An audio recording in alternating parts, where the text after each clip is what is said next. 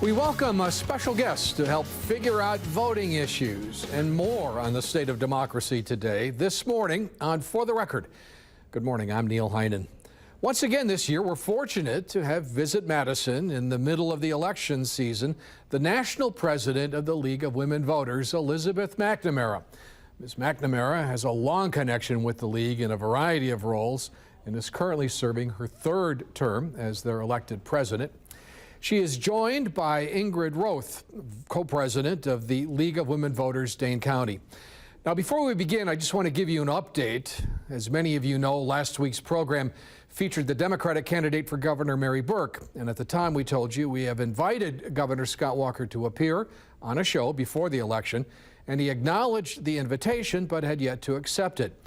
This week, we were told the governor has declined our invitation to appear on For the Record. For what it's worth, we've told the governor the invitation remains open for the next 2 weeks. That said, I welcome back to For the Record Elisabeth MacNamara and Ingrid Roth. And thank you both very much for joining me. I like this, that every election you manage to come back a couple of weeks before to help us think through this stuff. You're on your tour, I suppose? Absolutely. This time during election season, the League is so busy doing work, helping voters get ready, helping get voters right at the moment, really get registered, because of course registration, as we know, is the key to being able to get out and vote, but also getting good nonpartisan voter information out so that voters know who is on their ballot and feel prepared when they come to vote on election day. And you can temper my parochialism if you want, but I've always considered the Wisconsin League, and in particularly the Dane County League, to be awfully good in terms of the work that it does, and their candidate answers for publication in particular, both in print and online, are really one of the increasingly few opportunities for people to learn about candidates. Well, I can't say enough wonderful things about the League here in Wisconsin and all of the wonderful work that they have been doing. I know Ingrid has a lot of information for voters on the upcoming election, where to get the kind of information, but for the last number of election cycles and for nearly 94 years, the League has been there to help voters make sure that they can get what they need and that they can get out to the polls. Because I mean, this is the day, these are very important elections. This is an incredibly important election here in Wisconsin, and it's a time when American citizens, eligible voters, have an opportunity to make sure that their voices are heard. And as long as we're talking about this, Ingrid, I mean, in a day when it's less and less frequent that candidates will actually appear together, publications like this become ever more important, and it is going to be available again, I would assume, in print. It will be available again on October 16th, distributed with the Isthmus. Yep. And it will be available on our website, which is shown there, lwvdanecounty.org, prior to that. So within about the next, probably the 5th of October, or the 7th. Last couple of years, I've taken the opportunity editorially to suggest that candidates who don't respond, you might really want to think about whether they would be candidates you'd want to vote for in office, and yet there are always candidates that don't respond. There always are. Thank you very much for well, but I mean, it just seems like it doesn't. If you're not going to take the time to answer a few questions for people, what kind of a message does that send? Well, and we do know that voters do look askance at candidates and do wonder about candidates that are unwilling to respond to questions, and particularly those that don't want to come out to debate. We've done some focus group research over the last couple of years that definitely indicate that voters wonder what the candidate might have to hide. Yeah. And we do, our candidates' answers get very wide distribution. So it's the candidate's opportunity to speak to many, many voters. They're distributed in libraries, they're distributed in community centers and grocery stores. Yeah. Because, at the end of the day, this is not about the candidates, this is not about who's asking the questions, this is about voters, and this is about communicating with voters. I mean, this is a little bit of a hiring process that voters are going through right now. This is your opportunity to really pass that job interview with voters who are going to be going to the polls and casting their ballots and deciding who's going to represent them over the next couple of years. What I like about it is it's typically just 3 questions, right? But it's the same question each candidate can answer the question, and you get to compare the two answers. Right. It's efficient, is one way to put it. As a way of starting to talk about voter ID, Elisabeth, and I know that this is a topic across the country. It is, unfortunately. You know, I have been criticized for using the words voter suppression, and there are those who support this idea. They tend to be Republicans, and they tend to want to say that this is to address the issue of fraud. Help us understand the issue of fraud. Fraud's a big word. I would assume the League of Women Voters is not in favor of election fraud. Absolutely not. I mean, protecting the integrity of our elections is one of the things that the League is all about.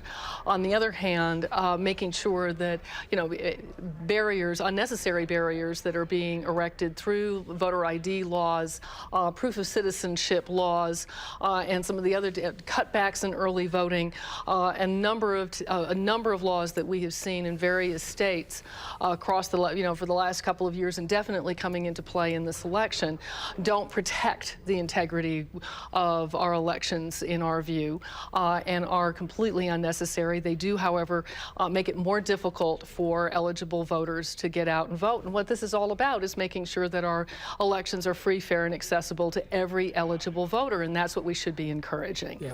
And if I could just leap in, I believe that voter ID is designed to address a particular kind of alleged voter fraud, and that is voter impersonation. And we don't have voter impersonation here in Wisconsin. We know of almost no issues where that has occurred. So here is a barrier that we have erected that does not have a problem to address. And just if we look at it from where we sit today, this Friday as we're taping, the big issue right now seems to be confusion. I mean, is that right, Ingrid? I mean, here in Wisconsin, the ruling came out that the prior ruling could stand, and what we hear is that voters don't know what to do. Right, I think that's right. And the situation is very complex. People are confused about the difference between what information you need to register and what information you need to get an ID. Right. We know from the Marquette poll that 20% of registered voters still don't know that they need an ID. And we are very concerned about the perhaps 200,000 or 300,000 eligible voters who still don't have an ID. Yeah. So, and it's a complex process to get one unless you can produce a copy of your birth certificate. There are other states that require ID, right? There are, yes, there are, and I think the issue isn't even so much requiring ID as the type of ID and how restrictive this list is. I think there's a general feeling among voters who support the notion of voter photo ID that this is no big deal, that, you know, everybody's got something in their wallet. The difference with these laws that we're seeing come on the books over the last few years is that it's a very, very short list. In Wisconsin, it's 7 types of ID. And if you don't have one of those types of ID, then you may as well, you know, I mean, it doesn't really make any difference if you have a whole lot of other stuff. So making sure that everybody knows what they have to have and has the right information is one of the things that the League has been very, very focused on here in Wisconsin and all across the country. And it is the reason that we have voter information, what you need to bring with you to the polls, what the laws are in your state on our nationwide website, vote411.org. And of course, you know, that applies to anybody here in Wisconsin who has a question can go to that website, put in your information, and get the current laws, what it is that we need to bring to the polls. We just showed a picture of the 7 IDs that are required in Wisconsin. When we come back, we're going to talk more about 411. We'll talk more about voter ID right after this.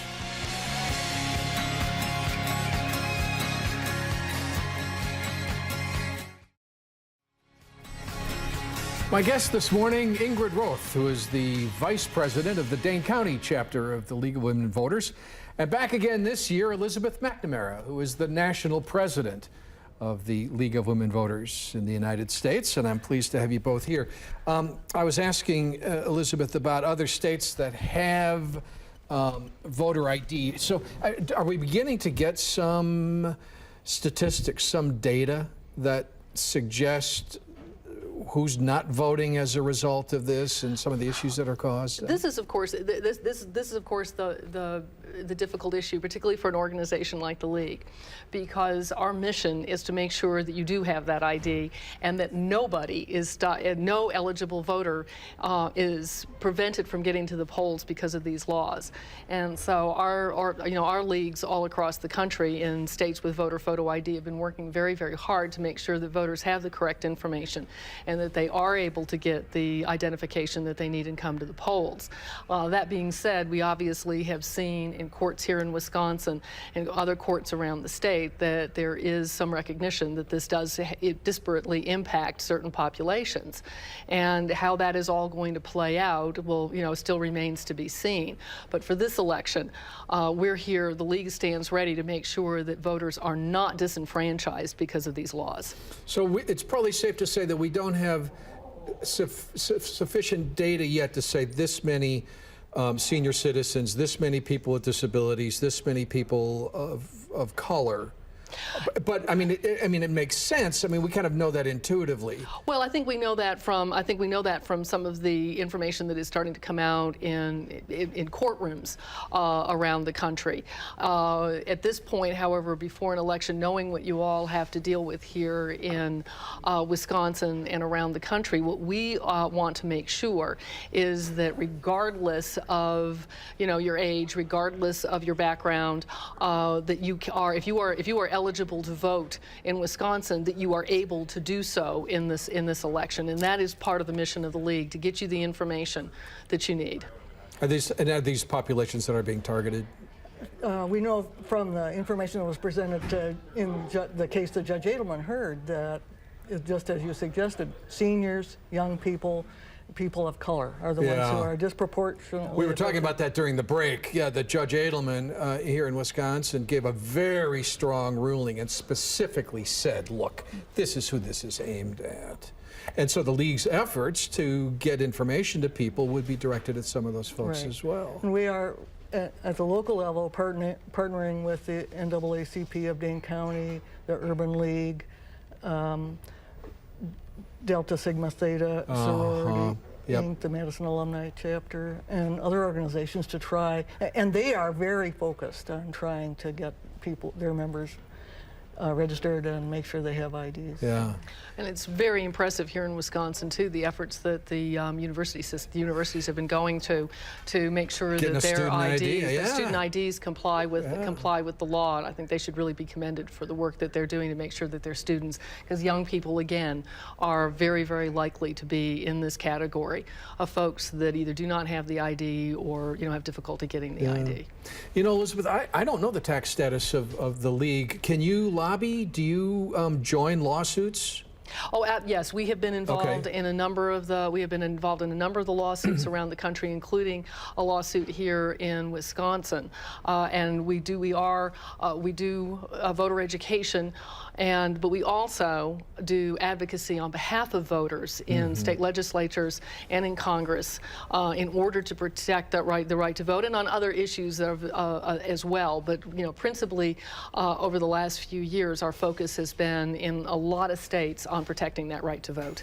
And now, how much are you also seeing efforts to limit the amount of time available for absentee balloting, limiting access to absentee balloting? I mean, voter ID is only one part of what seems to be a more comprehensive effort here. Is that right?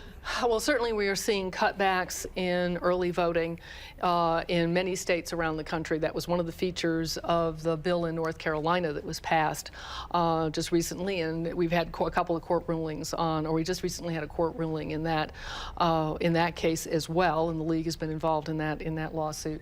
But yes, that is one of the things that we have been seeing is cutback in early voting, eliminating particularly Sunday voting, eliminating the opportunity to vote or to register to vote and vote on the same day. That's going on in Ohio. They had a week of overlap between before their voter registration deadline when their early voting had also started, and that has been eliminated. So yes, this is not, voter photo ID is not the only thing that people need to be aware of. You need to know what your election dates are too.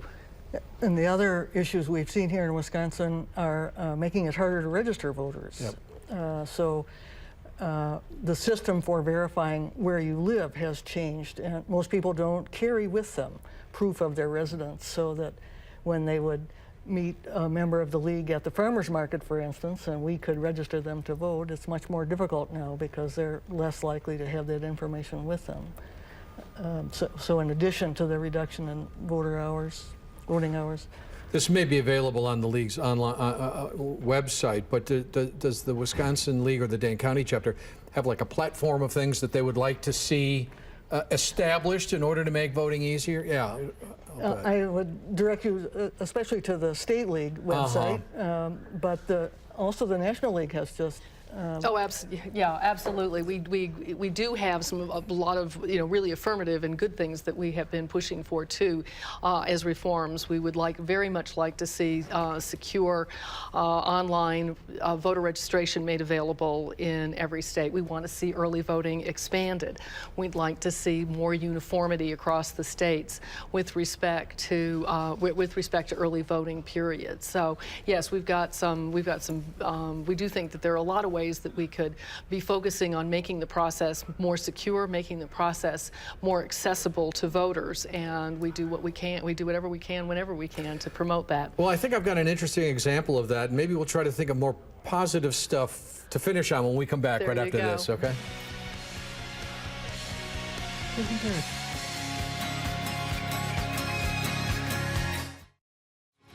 Oh, California does. They've got their primary system.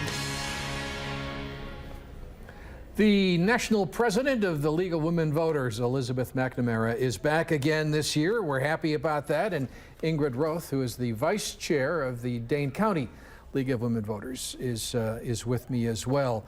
I was thinking about there's a group of young entrepreneurs in Madison called 100 State. It's a co-working space. Just fascinating group of very creative people. And about a month and a half ago, they created something called Vote Mostly Online, and it's a digital, on your phone experience that has voter information and sample ballots and that kind of stuff. What I find positive about it is that it's an age group that is typically not thought of as particularly civically involved, as a group that doesn't typically vote, and so it makes me wonder if maybe we're getting to a point where a lot of this just divisive political ideology isn't causing some people to say enough is enough, we got to claim democracy back again. Well, I certainly know that from the point of view of my millennial children, they are very, very involved, and they're paying an awful lot of attention, and I think that's generally true of young people, and certainly it's one of the reasons why we need to be looking for ways to make voting and making registration more accessible for that age group, because I mean that's our future. So involving them and making them giving them the information that they need where they need it online, which is the principal reason why we created vote411.org, why leagues are increasingly putting those wonderful voter guides up online so that they are accessible to all of us. And we got a list of them up there right now.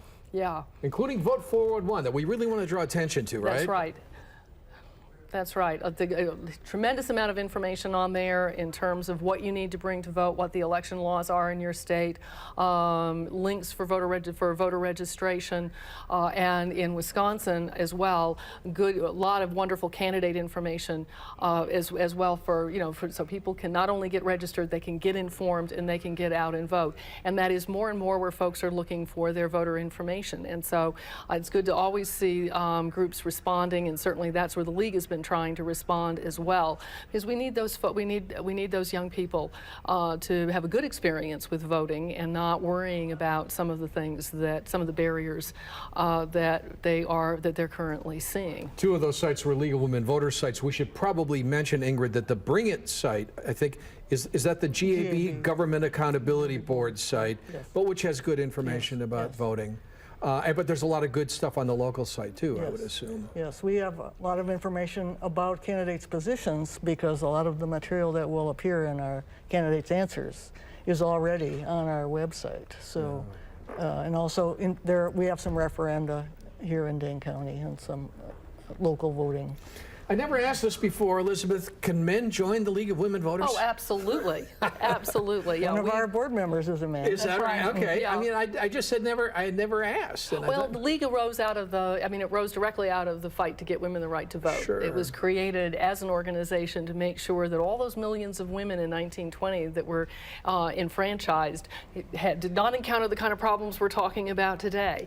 But over the years, we have expanded opportunities, and we welcome everybody who wants to join the League of Women Voters. And we should probably be clear, this is a nonpartisan organization. Absolutely. We have no interest in who you vote for. The only thing we want to make sure is that on Election Day, every eligible voter has a free and fair access to the polls. And so to both of you, I would ask, how's the local chapter doing? How's the league doing? We're extremely busy now. That's right. We are healthy, and our membership is growing, including more men, because this issue is important to lots of people here in Dane County, as you can imagine. And is it getting more diverse? Yes, I think we will slowly, and we are making good connections now with people of color because of their very strong interest in these voting issues. Same national? Oh, absolutely. Yeah. I mean, this is an issue that resonates with so many people. I think the vast majority of Americans, this is an issue that resonates. This is so central to our democracy. We're seeing more and more, lots of people coming to the League for information, lots of folks carrying our message. There are so many ways of doing that now through social media. We're active on Facebook. We're active through Twitter. We'll send you, we'll welcome anyone who wants to join us in sending messages to our elected officials that this is the way we want things to be, and we want our elections to be a time when everybody's voice is heard. So where are you going from here? From here, I will, in addition to Wisconsin, I will be traveling to Texas. Texas is next? I will be going, I'll be going to Texas, to Virginia, to Ohio. It's a busy election season. Good. Come back for the next election, okay? Absolutely. Right, I love Wisconsin. Thanks, Ingrid. Thank you. We're going to come back and wrap up For the Record right after this.